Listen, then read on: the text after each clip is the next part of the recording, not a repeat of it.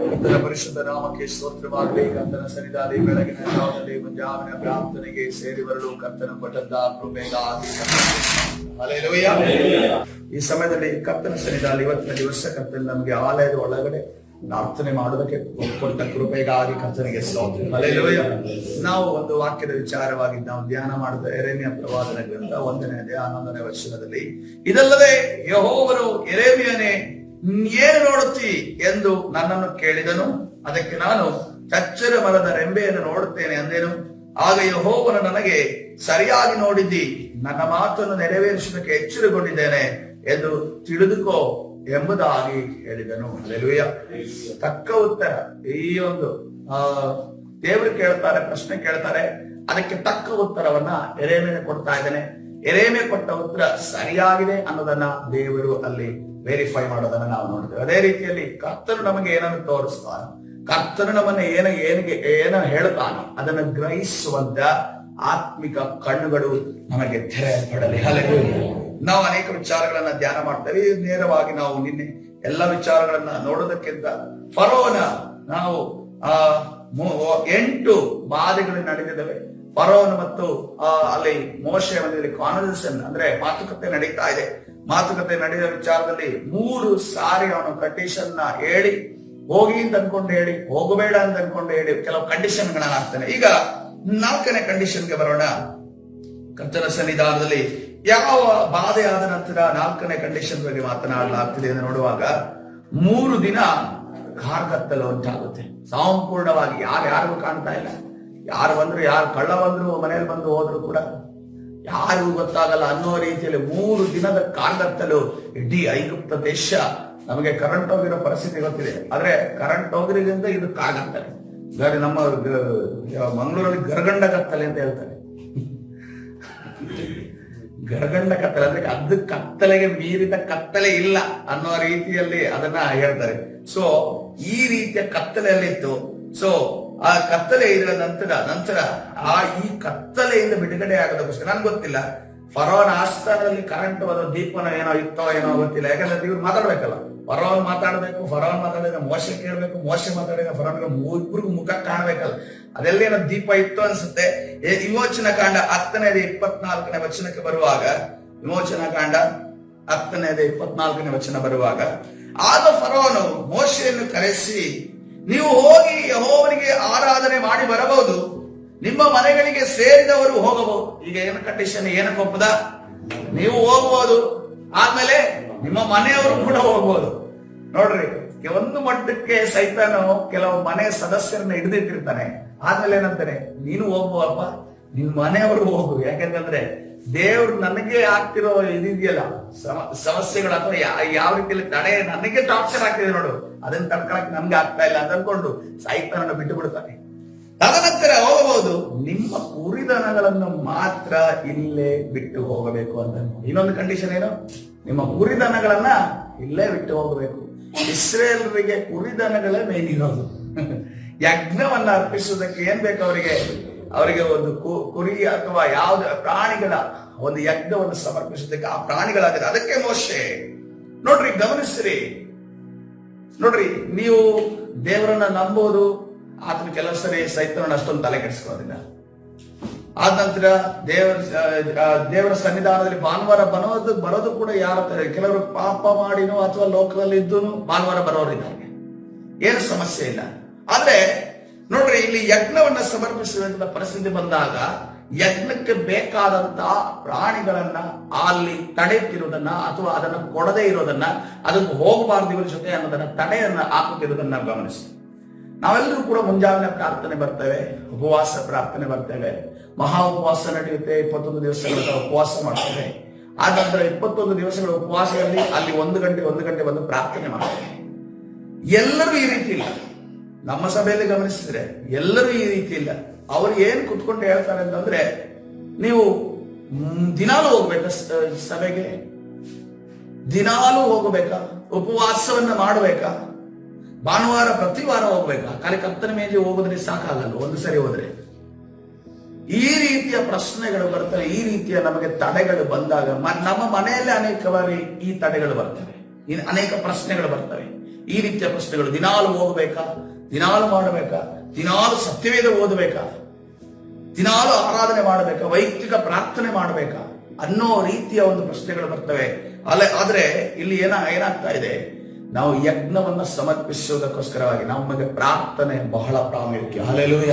ಇಲ್ಲಿ ಸುಮ್ಮನೆ ಹೋಗಿ ತಿರುಗಾಡಿಕೊಂಡು ಬರೋದಕ್ಕೆ ಇಸ್ರೇಲ್ ಹೊರಗಡೆ ಹೋಗ್ತಾ ಇಲ್ಲ. ಎಲ್ಲಿ ಹೋಗ್ತಾ ಇದ್ದಾರೆ? ಕರ್ತನಿಗೆ ಮೊದಲನೇದಾಗಿ ಯಜ್ಞವನ್ನ ಸಮರ್ಪಿಸುವುದಕ್ಕೆ ಹೋಗ್ತಾ ಇದ್ದಾರೆ. ಹಲ್ಲೆಲೂಯ.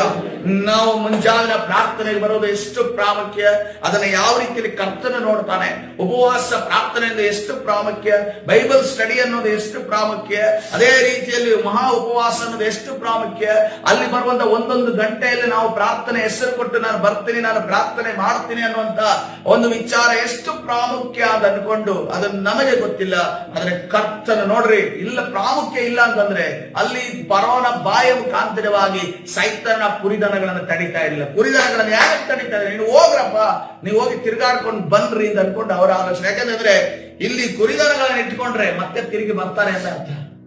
ಈಗ ಪ್ರಾರ್ಥನೆ ಪ್ರಾರ್ಥನೆ ಮಾಡಕ್ಕೆ ಬಿಡ್ಲಿಲ್ಲ ಅಂತಂದ್ರೆ ನಮ್ಮ ವಿಷಯ. ಆದ್ರೆ ಈಗ ಪ್ರಾರ್ಥನೆ ಮಾಡ್ಲಿಕ್ಕೆ ಬರ್ಲಿಲ್ಲ ಅಂತಂದ್ರೆ ಇವರಲ್ಲಿ ಏನೂ ಶಕ್ತಿ ಇಲ್ಲ, ಮತ್ತೆ ತಿರುಗಿ ಬರ್ತಾರೆ ಅಂತ ಅರ್ಥ. ಮತ್ತೆ ಲೋಕಕ್ಕೆ ಬರ್ತಾರೆ ಅಂತ ಅರ್ಥ, ಮತ್ತೆ ಪಾಪದ ಜೀವಿತಕ್ಕೆ ಬರ್ತಾರೆ ಅಂತ ಅರ್ಥ.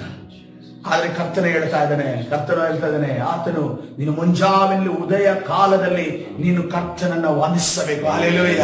ಸ್ತುತಿಸಿದ ದಾವೀದನು ಹೇಳ್ತಾನೆ, ನಾನು ಉದಯ ಕಾಲದಲ್ಲಿ ನಿನ್ನನ್ನು ಸ್ತುತಿಸುತ್ತೇನೆ. ಹಲ್ಲೆಲೂಯ. ಮುಂಜಾವಿನಲ್ಲಿ ನಾನು ನಿನ್ನನ್ನು ಸ್ತುತಿಸುತ್ತೇನೆ. ಅದೇ ರೀತಿಯಲ್ಲಿ ದಾವೀದನನ್ನು ನೋಡುವಾಗ, ದಾನಿಯೇಲನನ್ನು ನೋಡುವಾಗ ಮೂರಾವರ್ತಿ ಪ್ರಾರ್ಥನೆ ಮಾಡಿದಾಗ ಜೀವಕ್ಕೆ ಕುತ್ತು ಬಂದರೂ ಕೂಡ, ತಲೆ ಹೋಗುವಂತ ಪರಿಸ್ಥಿತಿ ಬಂದರೂ ಕೂಡ ಆ ತಲೆ ಹೋಗುವಂತ ಸಂದೇಶವನ್ನ ಕೇಳಿ, ಅದರ ಒಂದು ವಿಷಯವನ್ನ ಕೇಳಿ ಅದನ್ನ ಎಲ್ಲಿ ಹೋಗ್ತಾ ಇದ್ದಾನೆ, ನಾನಿನ್ನು ಪ್ರಾರ್ಥನೆ ಮಾಡಲ್ಲಪ್ಪ, ಇನ್ನು ಸಮಸ್ಯೆ ನನಗೆ ಇದು ಸಮಸ್ಯೆ, ನನ್ನ ಮನೆಗೆ ಸಮಸ್ಯೆ ಬರ್ತಾ ಇದೆ, ನನ್ನ ಜೀವಕ್ಕೆ ಸಮಸ್ಯೆ ಬರ್ತಾ ಇದೆ, ನನ್ನ ಕೆಲಸಕ್ಕೆ ಸಮಸ್ಯೆ ಬರ್ತಾ ಇದೆ ಅನ್ಕೊಂಡು ಏನ್ ಮಾಡ್ತಾ ಇದ್ದಾನೆ? ದಾನಿಯೇಲನ ಬಿಟ್ಟಿಲ್ಲ. ಅವನು ಏನ್ ಮಾಡಿದ? ನನಗೆ ಪ್ರಾರ್ಥನೆ ಮಾಡುವುದಕ್ಕೆ ತಡೆ ಬಂದರೂ ಕೂಡ ನಾನು ಯಾವುದೇ ಕಾರಣಕ್ಕೂ ನನ್ನ ಮತ್ತು ದೇವರ ಮಧ್ಯದಲ್ಲಿ ಯಾವ ಒಂದು ವ್ಯಕ್ತಿ ಆಗಲಿ, ಯಾವ ಶಕ್ತಿ ಆಗಲಿ, ಯಾವ ಆಲೋಚನೆಗಳಾಗಲಿ ಬರದೆ ನಾನು ಕರ್ತನನ್ನ ಸ್ತುತಿಸ್ತೇನೆ ಎಂದು ಅದನ್ನು ಯೆರೂಸಲೇಮಿನ ಕಡೆಗೆ ಇರುವಂತ ಕಿಟಕಿಯನ್ನ ತೆರೆದು ಮತ್ತೆ ಮೊಣಕಾಲೂರಿ ಅದರ ಪ್ರಾರ್ಥನೆ ಮಾಡ್ತಾನೆ. ಹಲ್ಲೆಲೂಯಾ. ಈ ರೀತಿಯ ವೈರಾಗ್ಯ ನಮಗಿದೆಯಾ ಪ್ರಿಯರೇ? ಪ್ರಾರ್ಥನೆ ಮಾಡುವುದಕ್ಕೆ, ಆರಾಧನೆ ಮಾಡುವುದಕ್ಕೆ, ದೇವರನ್ನ ಸೇವಿಸುವುದಕ್ಕೆ ತಡೆ ಬಂದಾಗ, ಅಥವಾ ಯಾವುದೋ ಒಂದು, ಈಗ ನಿಮ್ಮ ಒಂದು ಬೈಬಲ್ ರೀಡಿಂಗ್ ಟೈಮ್ ಆಗಿರ್ಬೋದು, ಅಥವಾ ಆರಾಧನೆ ಪ್ರಾರ್ಥನೆ ಸಮಯ ಆಗಿರ್ಬೋದು, ಅದಕ್ಕೆ ಕುತ್ತು ಬಂದಾಗ, ಅದಕ್ಕೆ ತಡೆ ಬಂದಾಗ ಅದನ್ನ ನೆನೆಸಿಕೊಂಡು ನಾನು ಮತ್ತೆ ಕರ್ತನ ಸನ್ನಿಧಾನದಲ್ಲಿ ಕುಳಿತು ನಾನು ಪ್ರಾರ್ಥನೆ ಮಾಡುವವನು ಆಗಬೇಕೆಂದು ಆ ಒಂದು ವೈರಾಗ್ಯ ನಮ್ಮಲ್ಲಿ ಇದೆಯಾ? ಹಲ್ಲೆಲೂಯಾ. ಆ ವೈರಾಗ್ಯವನ್ನ ಕರ್ತನಲ್ಲಿ ಬಾಯಿಸ್ತಾ ಇದ್ದಾನೆ. ಹಲ್ಲೆಲೂಯಾ. 25ನೇ ವಚನವನ್ನು ನೋಡ್ರಿ. ಅದಕ್ಕೆ ಮೋಶೆ, ನಮ್ಮ ದೇವರಾದ ಯೆಹೋವನಿಗೆ ನಾವು ಯಜ್ಞ ಹೋಮಗಳನ್ನು ಮಾಡುವಂತೆ ಬೇಕಾದ ಪಶುಗಳನ್ನು ಮಾತ್ರವಲ್ಲದೆ ನಮ್ಮ ಎಲ್ಲಾ ಪಶುಗಳನ್ನು ಸಹ ತೆಗೆದುಕೊಂಡು ಹೋಗುವ ಹಾಗೆ ನಮಗೆ ಅಪ್ಪಣೆ ಕೊಡಬೇಕು. ಹಲ್ಲೆಲೂಯಾ. ಈ ಸೈತಾನನ ಒಂದು ಲೋಕದಿಂದ ನಾವು ಜಾಗ ಖಾಲಿ ಮಾಡಬೇಕು ಅಂತಂದ್ರೆ ಸ್ವಲ್ಪವನ್ನ ಬಿಟ್ಟು ಜಾಗ ಖಾಲಿ ಮಾಡೋದಲ್ಲ, ಸಂಪೂರ್ಣ ಸಮೇತ, ಆಸ್ತಿ ಸಮೇತ ತಗೊಂಡು ಖಾಲಿ ಮಾಡ್ಬೇಕು. ಖಾಲಿ ಮಾಡಿದ್ರೇನೆ ಅವನು ನಾಳೆ ದಿವಸ ಯಾವುದೇ ವಿಚಾರವನ್ನ ಇಟ್ಟು ನಮ್ಮನ್ನ ಬ್ಲಾಕ್ ಮೇಲ್ ಮಾಡೋದು. ಕೆಲವರ ಜೀವಿತದಲ್ಲಿ ನೋಡ್ತೇವೆ, ಅವ್ರ ರಕ್ಷಣೆಯನ್ನು ನಡ್ಕೊಂಡು ಬಂದ್ಬಿಡ್ತಾರೆ, ಅವ್ರ ಹಿಂದೆ ಮುಂದೆ ಏನು ನೋಡೋದಿಲ್ಲ. ಯಾವುದೇ ರೀತಿಯಲ್ಲಿ ನಾನು ಸಂಪೂರ್ಣವಾಗಿ ಈ ಲೋಕ ಸಂಬಂಧವಾದ ವ್ಯಕ್ತಿಗಳಿಂದ ಸಪರೇಟ್ ಆಗ್ಬೇಕಂತ ಬಯಸೋದಿಲ್ಲ, ಎರಡರಲ್ಲೂ ಇರೋದಕ್ಕೆ ಬಯಸ್ತಾರೆ. ಆಗಿರೋದ್ರಿಂದ ಸೈತನ್ ಯಾವುದು ಕೂಡ ಯಾವುದಾದ್ರೂ ಒಂದು ವಿಚಾರ ಹಿಡಿದು ಎಳಿತಾ ಇರ್ತಾನೆ. ಎದ್ದು ನಿಲ್ತಾರೆ, ಬೀಳ್ತಾರೆ, ಎದ್ದು ನಿಲ್ತಾರೆ, ಬೀಳ್ತಾರೆ, ಎದ್ದು ನಿಲ್ತಾರೆ, ಬೀಳ್ತಾರೆ. ಯಾಕೆ ಅಂತಂದ್ರೆ ಸೈತನ ಕೈಯಲ್ಲಿ ಆ ಒಂದು ವಿಚಾರವನ್ನು ನಾವು ಕೈಯಲ್ಲಿ ಕೊಟ್ಟು ಬಿಟ್ಟಿದ್ದೇವೆ. ಹಲ್ಲೆಲೂಯಾ.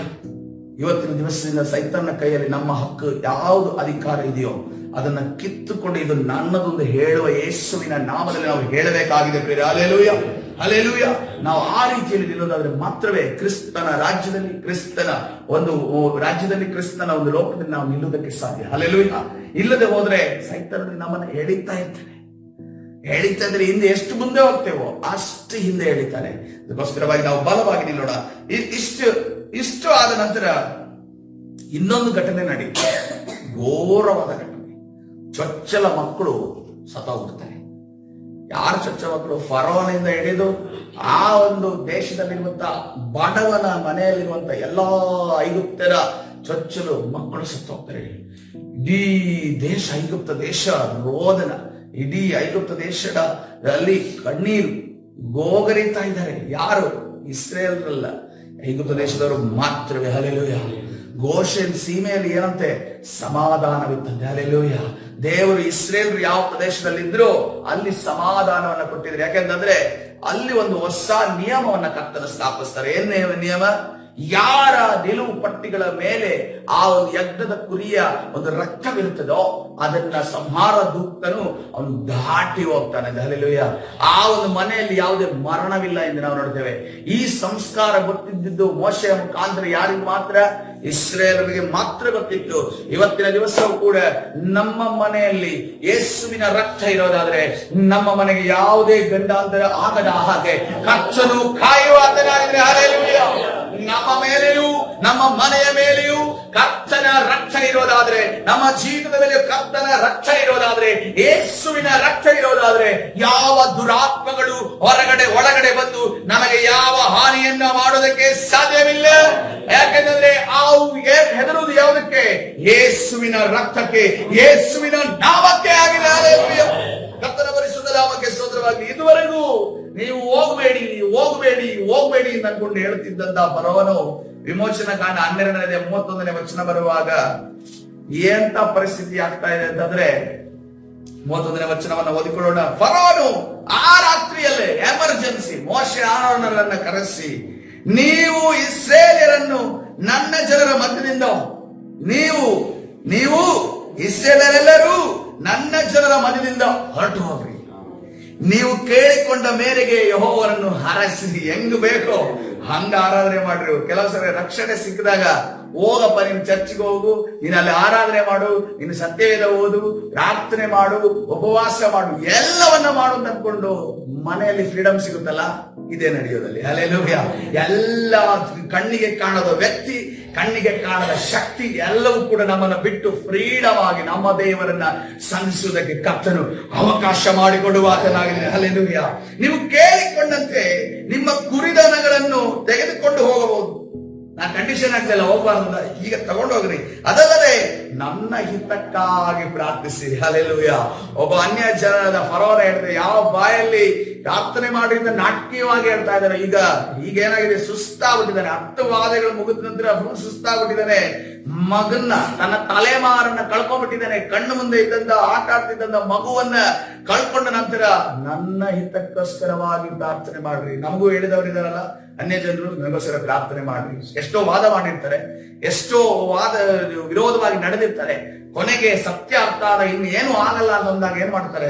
ನನಗೋಸ್ಕರ ಪ್ರಾರ್ಥನೆ ಮಾಡ್ರಿ ಎನ್ನುವಂತ ಒಂದು ಎಕ್ಸ್ಪೀರಿಯನ್ಸ್ ನಮಗೂ ಇದೆ. ಕರ್ತನಿಗೆ ಸ್ತೋತ್ರ ಮಾಡೋಣ. ಅದು ನಮ್ಮ ಬಲದಿಂದ ಅಲ್ಲ, ನಮ್ಮ ಸಾಮರ್ಥ್ಯ. ಯಾಕೆಂದ್ರೆ ನೋಡ್ರಿ, ಇವರು ಕೂಡ ಇಸ್ರೇಲರು ಕೂಡ ಯಾವ ಒಂದು ಇದರಿಂದ ಈ ಒಂದು ಜಯ ಅವರಿಗೆ ಸಿಗ್ತಾ ಇದೆ. ನಾವು ಮುಂದೆ ಓದೋದಾಗಲಿ, ಈಗ 40ನೇ ವಚನ ನೋಡ್ರಿ, ವಿಮೋಚನಾ ಕಾಂಡ 12ನೇ ಅಧ್ಯಾಯ. ಇಸ್ರೇಲರು ಐಗುಪ್ತ ದೇಶದಲ್ಲಿ ವಾಸವಾಗಿದ್ದು 430 ವರ್ಷ. 430 ವರ್ಷಗಳ ಕಳೆದ ನಂತರ, ಅಂದ್ರೆ 430 ವರ್ಷಗಳ ಕಾಲ ಅಲ್ಲಿದ್ರು. ಕಳೆದ ನಂತರ ಅದೇ ದಿವಸದಲ್ಲಿ ಯೆಹೋವನ ಸೈನ್ಯಗಳೆಲ್ಲ ಐಗುಪ್ತ ದೇಶವನ್ನ ಬಿಟ್ಟು ಹೊರಟು ಹೋದವು. ಹಲ್ಲೆಲೂಯಾ. ಎಂತ ಪ್ರೊಟೆಕ್ಷನ್ ಒಳಗಡೆ ಇಸ್ರೇಲರು ಇದ್ರು ಅಂತಂದ್ರೆ ನೋಡ್ರಿ, ಗಮನಿಸ್ರಿ. 430 ವರ್ಷಗಳ ಒಂದು ಯಾರಾದ್ರೂ ಮುಖ್ಯವಾದ ವ್ಯಕ್ತಿ ಅಥವಾ ಯಾವ್ದಾದ್ರೂ ಒಂದು ಪ್ರೊಸೆಷನ್ ಏನಾದ್ರೂ ಬಂದ್ರೆ ಏನಂದ್ರೆ, ಒಂದು ಪೊಲೀಸ್ ತುಕಡಿಯನ್ನ ಒಂದು ಬಸ್ ಅಲ್ಲಿ ನಿಂತಿರುತ್ತೆ. ಏನಕ್ಕೆ? ಪ್ರೊಟೆಕ್ಷನ್ಗೋಸ್ಕರ. ಅಥವಾ ಯಾರೋ ಒಬ್ರು CM ಅಥವಾ PM ಅವರು ಅಥವಾ ಉಸ್ತುವಾರಿ ಸಚಿವರು ಬರ್ತಾರೆ ಅಂತಂದಾಗ ಒಂದು ತುಕಡಿಯನ್ನ, ಯಾವುದು ಈ ಪೊಲೀಸ್ ತುಕಡಿಯನ್ನ ಒಂದು ಜಾಗದಲ್ಲಿ ನಿಲ್ಲಿಸಿರ್ತಾರೆ. ಆ ಜಾಗದಲ್ಲಿ ಯಾವಾಗ ಅವ್ರು ಬಿಟ್ಟು ಹೋಗ್ತಾರೆ ಅಂದ್ರೆ ಎಲ್ಲ ಮುಗಿದ ಮೇಲೆ, ಯಾವಾಗ ಪ್ರಾರಂಭ ಆ ವಿಷಯ ಸುದ್ದಿ ಬರುತ್ತೋ ಅದಕ್ಕಿಂತ ಮುಂಚಿತವಾಗಿ ಬಂದು ಎಲ್ಲ ಚೆಕ್ ಮಾಡಿ ಆನಂತರ ಅಲ್ಲಿ ಕಾರ್ಯಕ್ರಮ ನಡೆಸಿ, ತದನಂತರ ಅವರು ಹೋದ ನಂತರ ಅದ್ರ ಜೊತೆಯಲ್ಲೇ ಆ ಒಂದು ವಾಹನಗಳು ಹೋಗ್ತಾರೆ. ಅದೇ ರೀತಿಯಲ್ಲಿ ಇಸ್ರೇಲರು ಎಷ್ಟು ಕಾಲ ಆ ಒಂದು ಐಗುಪ್ತ ದೇಶದಲ್ಲಿ ಇದ್ದರೋ, ಪರಲೋಕ ಆ ಯೆಹೋವನ ಸೈನ್ಯವು ಐಗುಪ್ತ ದೇಶದಲ್ಲಿ 430 ವರ್ಷದ ಕಾಲ ಅಲ್ಲೇ ನಾವು ನೋಡ್ತೇವೆ. ಹಲ್ಲೆಲೂಯಾ. ನೋಡಿ ಪ್ರಿಯರೇ, ನೀವು ಲೋಕದ ಯಾವುದೇ ಮೂಲೆಯಲ್ಲಿ ಹೋಗಿ ಕೆಲಸ ಮಾಡಬಹುದು, ಲೋಕದ ಯಾವುದೇ ಮೂಲೆಯಲ್ಲಿ ಹೋಗಿ ಇರಬಹುದು, ಇಕ್ಕಟ್ಟಿನಲ್ಲಿ ಸಿಕ್ಕಾಕೋಬಹುದು. ಒಂದನ್ನ ತಿಳಿದುಕೊಂಡ್ರೆ, ನಿಮ್ಮನ್ನ ಕಾಯ್ದಕ್ಕೋಸ್ಕರವಾಗಿ ಕರ್ತನ ಸೇನೆ ಅದು ಸಿದ್ಧವಾಗಿರುತ್ತದೆ. ನಿಮ್ಮ ಕಣ್ಣಿಗೆ ಕಾಣದೇ ಇರಬಹುದು, ಆದರೆ ಅದು ಸದಾ ನಿಮ್ಮನ್ನ ಕಾಯುವಂತದ್ದಾಗಿದೆ. ಕಷ್ಟದಲ್ಲಿ ಹೋಗ್ತಿದ್ರಲ್ಲ, ನೋವಲ್ಲಿ ಹೋಗ್ತಾ ಇದ್ರಲ್ಲ, ಆ ಸಮಯದಲ್ಲೂ ಕೂಡ ಅಲ್ಲಿ ಸೈನ್ಯ ಇತ್ತಲ್ಲ. ಏನ್ ಸೈನ್ಯ ಮಾಡ್ತಾ ಇತ್ತು ಅಂತ ಅನ್ಕೊಂಡು ಇದ್ರೆ ನೋಡ್ರಿ, ಅದನ್ನ ನಾವು ಕಂಪ್ಯಾರಿಸನ್ ಮಾಡೋದಾದ್ರೆ ಯೇಸು ಕ್ರಿಸ್ತನು ಕೂಡ ಆತನು 40 ದಿವಸಗಳ ಉಪವಾಸವನ್ನ ಮಾಡುವಂತ ಸಂದರ್ಭದಲ್ಲಿ ಅಲ್ಲಿ ನೋಡ್ತಾ ಇದ್ದೇವೆ, ದೇವದೂತರು ಅಲ್ಲಿ ದುರಾತ್ಮನಿಗೆ ದಾರಿ ಬಿಟ್ಟು ಕೊಟ್ಟಿರುತ್ತೆ. ಅವರು ಸೈಲೆಂಟ್ ಆಗಿ ನಿಂತಿದ್ದು. ಯಾಕಂದ್ರೆ ಆ ಸಮಯ ಏನ್ ಸಮಯ ಆಗಿತ್ತು? ಸೈತಾನನಿಗಿರುವಂತ ಸಮಯದ ಅವನು ಶೋಧಿಸುವಂತ ಸಮಯ ಆಗಿತ್ತು. ಯಾವಾಗ ಆ ಒಂದು ಶೋಧನೆ ಸಮಯ ಮುಗಿಯಿತೋ ಅವನು ಜಾಗ ಖಾಲಿ ಮಾಡಿದ್ರು. 1 ನಿಮಿಷ ಅಲ್ಲಿ ನಿಲ್ಲಿಲ್ಲ. ಅದೇ ರೀತಿಯಲ್ಲಿ 430 ವರ್ಷಗಳ ಕಾಲ ಯೆಹೋವನ ಸೈನ್ಯ ಅಲ್ಲಿತ್ತು, ಕಷ್ಟಪಡ್ತಿದ್ದೀನಿ ಅವ್ರು ನೋಡ್ತಾ ಇದ್ರು. ಆದ್ರೂ ಕೂಡ ದೇವರ ಪರ್ಮಿಷನ್ ಇಲ್ಲದೆ, ದೇವರ ಆಜ್ಞೆ ಇಲ್ಲದೆ ಏನು ಮಾಡಕ್ಕಾಗ್ತಿಲ್ಲ. ಆದರೆ ಆ 10 ಬಾಧೆಗಳ ಸಮಯ ಬರುವಾಗ ಅವರ ಕಾರ್ಯ ಪ್ರಾರಂಭವಾಯಿತು. ಬೇರೆ 10 ಬಾಧೆಗಳು ಅಲ್ಲಿ ಎಲ್ಲೋ ಐಗುಪ್ತ ದೇಶದಲ್ಲಿ ತುಂಬಿಕೊಂಡಾಗ ಇಸ್ರೇಲರಿಗೆ ಏನಾದ್ರೂ ಆಗುತ್ತಾ, ಇಸ್ರೇಲರಿಗೆ ಏನಾದ್ರೂ ಸಮಸ್ಯೆ ಆಗುತ್ತಾ, ಇಸ್ರೇಲರಿಗೆ ಏನಾದ್ರೂ ಕೊರತೆ ಆಗುತ್ತಾ, ತನ್ನ ಮಕ್ಕಳಿಗೆ ಏನಾದ್ರೂ ಕೊರತೆ ಆಗುತ್ತಾ ಅನ್ನೋದನ್ನು ನೋಡೋದಕ್ಕೋಸ್ಕರವಾಗಿ ಏನು ನಿಂತಿತ್ತಲ್ಲಿ? ಯೆಹೋವನ ಸೈನ್ಯ ಅಲ್ಲಿ ನಿಂತಿದ್ದನ್ನು ನಾವು ನೋಡ್ತೇವೆ. ಹಲ್ಲೆಲೂಯಾ. ನಮ್ಮ ಶೋಧನೆಯ ಸಮಯದಲ್ಲೂ ಬೇರೆ ದೇವರೇನು ಮಾತನಾಡೋದಿಲ್ಲ. ಎಕ್ಸಾಮ್ ಬರೆಯುವಾಗ ಟೀಚರ್ ಮಾತನಾಡೋದಿಲ್ಲ. ಟೀಚರ್ ಕಾಪಿ ಹೊಡೆಯೋದಕ್ಕೆ ಕಾಪಿ ಹೊಡ್ಸಕ್ಕೆ ನಿಂತಿರೋದಲ್ಲ. ನನ್ನ ಜೀವಿತದಲ್ಲಿ ಒಂದು ಘಟನೆ ನಡೀತು. 10th ಅಲ್ಲಿ ಬರೆಯುವಂತ ಸಂದರ್ಭದಲ್ಲಿ ನಮ್ಗೆ ಯಾವ ಇನ್ವಿಜಿಲೇಟರ್ ಬಂದಿದ್ರು, ನಮ್ಮ ಕಾಲೇಜಿಂದಾನೆ ಬಂದಿದ್ರು. ಅವರು ಹಿಂದಿ ಟೀಚರ್, ನಮ್ಗೆ ಯಾವತ್ತಿದ್ದು ಕನ್ನಡ ಎಕ್ಸಾಮ್. ಅವ್ರು ಅದು ಮಾಡದಿದ್ರೆ ಒಳ್ಳೇದಿತ್ತು. ಅವ್ರೇನ್ ಮಾಡಿದ್ರು, ನಾನು ಬರಿತಾ ಇದ್ದೆ ಇರುವಾಗ ಪಕ್ಕದವನ ಹತ್ರ ಹೋಗಿ ಉತ್ತರನ ಕೇಳಿ ನನ್ಗೆ ಹೇಳ್ಕೊಡ್ತಾ ಇದ್ರು. ನಾನು ಪಾಸ್ ಆಗೋ ಇದರಲ್ಲಿ ಯಾರಾದ್ರೂ ಮಾಡಿ ಮಾರ್ಕ್ಸ್ ತೆಗೆಯೋಣ ಅಂತ ಅನ್ಕೊಂಡಿದ್ರಲ್ಲಿ ನಾನು ಬರದೆ. ಆ ಒಂದು ಉತ್ತರನ ಬರೀದಿದ್ರೆ ಒಳ್ಳೆದು, ನನ್ನ ಉತ್ತರನೇ ನಾನು ಬರೆದ್ರೆ ಒಳ್ಳೇದು. ಯಾಕಂದ್ರೆ ಅವರು ಹಿಂದಿ ಟೀಚರ್, ಅವರಿಗೆ ವಿರೋಧ ಪದ, ಸಮಾನಾರ್ಥಕ ಪದ ಕನ್ನಡದ ಏನ್ ಗೊತ್ತಿದೆ. ಅವ್ರ ಮುಂದೆ ಕೂತವನು ದಡ್ಡನೋ ಬುದ್ಧಿವಂತನೋ ಗೊತ್ತಿಲ್ಲ. ಅಲ್ಲಿಂದ ತಗೊಂಡ್ರು, ಇಲ್ಲಿಗೆ ಹೇಳಿದ್ರು, ಎಲ್ಲ ನಾನು ಬರ್ದೆ. ನೋಡುವಾಗ ಒಂದು 5-6 ಮಾರ್ಕ್ಸ್ ಜಾಸ್ತಿ ಸಿಗ್ತಾ ಏನೋ, ಅದೂ ಮಾರ್ಕ್ಸ್ ಹೋಯ್ತು.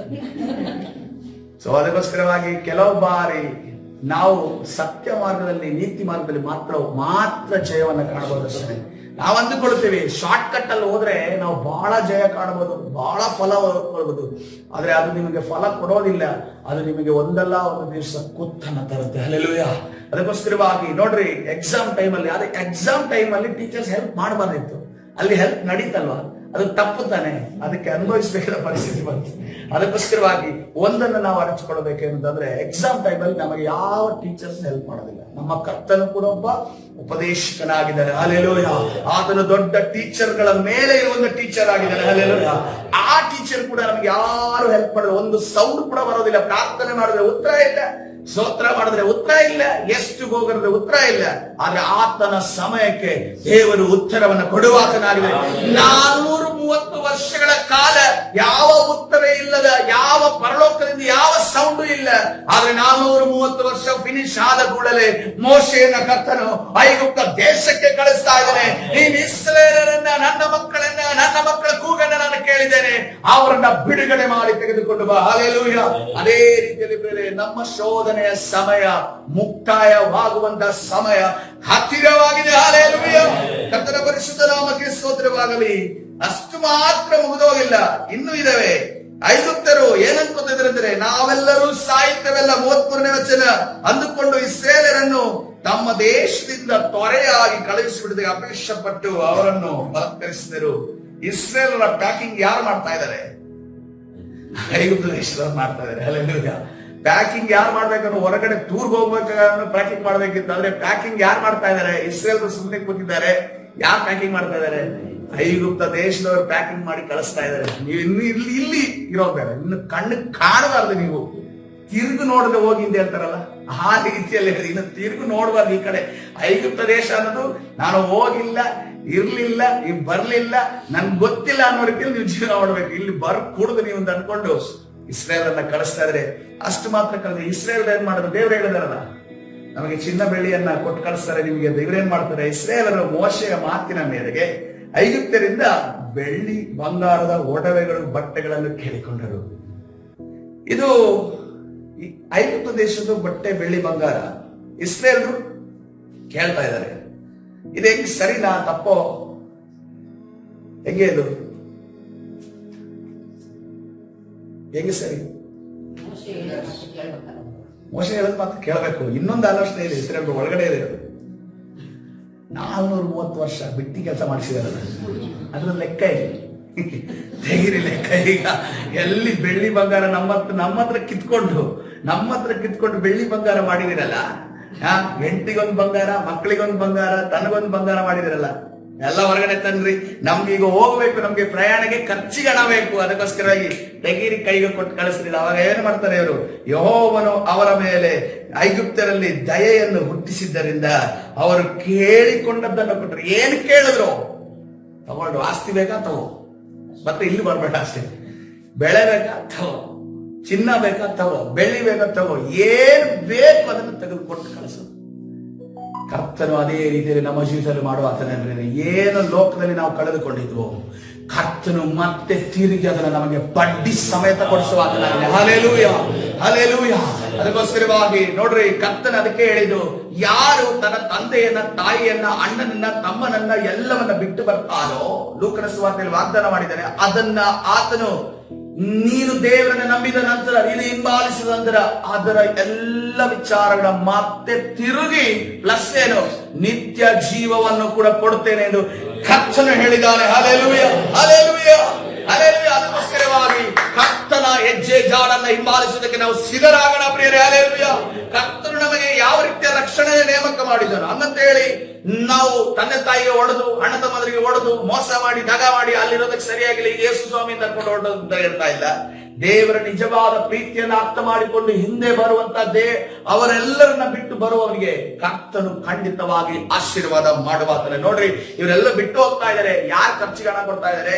ಪ್ಯಾಕಿಂಗು ಮಾಡಿ ಖರ್ಚಿಗೆ ಹಣನ ಕೊಟ್ಟು ಯಾರು ಕಳಿಸ್ತಾ ಇದಾರೆ? ಐಗುಪ್ತ ದೇಶದವರು ಕಳಿಸ್ತಾ ಇದಾರೆ. ಅಲ್ಲೆಲ್ಲೂಯ್ಯ. ನಮ್ಗೆ ಟೂರ್ ಹೋಗ್ಬೇಕಾದ್ರೆ ನಮ್ ಸ್ಯಾಲರಿಯಲ್ಲಿ ಹಣ ಹೋಗ್ಬೇಕಾದ್ರೆ ಇವ್ರು ಟೂರ್ ಹೊರಟಿದ್ದಾರೆ. ಯಾರ ಹಣ ಖರ್ಚು ಮಾಡ್ತಾ ಇದಾರೆ? ಐಗುಪ್ತ ದೇಶ, ಇಡೀ ದೇಶವೇ ಖರ್ಚು ಮಾಡ್ತಾ ಇದೆ. ಆ ಕೇಳಿಕೊಂಡದನ್ನು ಕೊಟ್ಟರು. ಹೀಗೆ ಇಸ್ರಾಯೇಲರು ಐಗುಪ್ತರ ಸೊತ್ತನ್ನು ಸುಲುಕೊಂಡರು. ಹಲ್ಲೆಲೂಯಾ.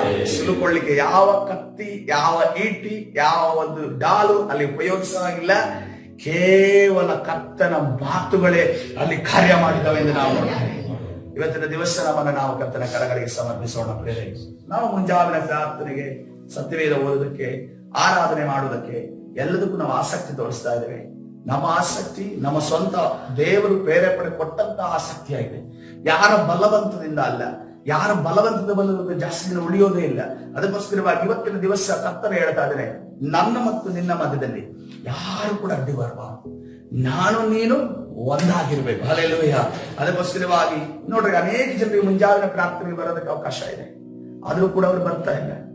ರೀಸನ್ ಚಳಿ ಆಗಿರ್ಬೋದು, ನಿದ್ದೆ ಆಗಿರ್ಬೋದು, ಅಥವಾ ಬೇರೆ ನಿನ್ನೆ ಮಾಡಿದಂತ ಕೆಲಸಗಳಾಗಿರ್ಬೋದು.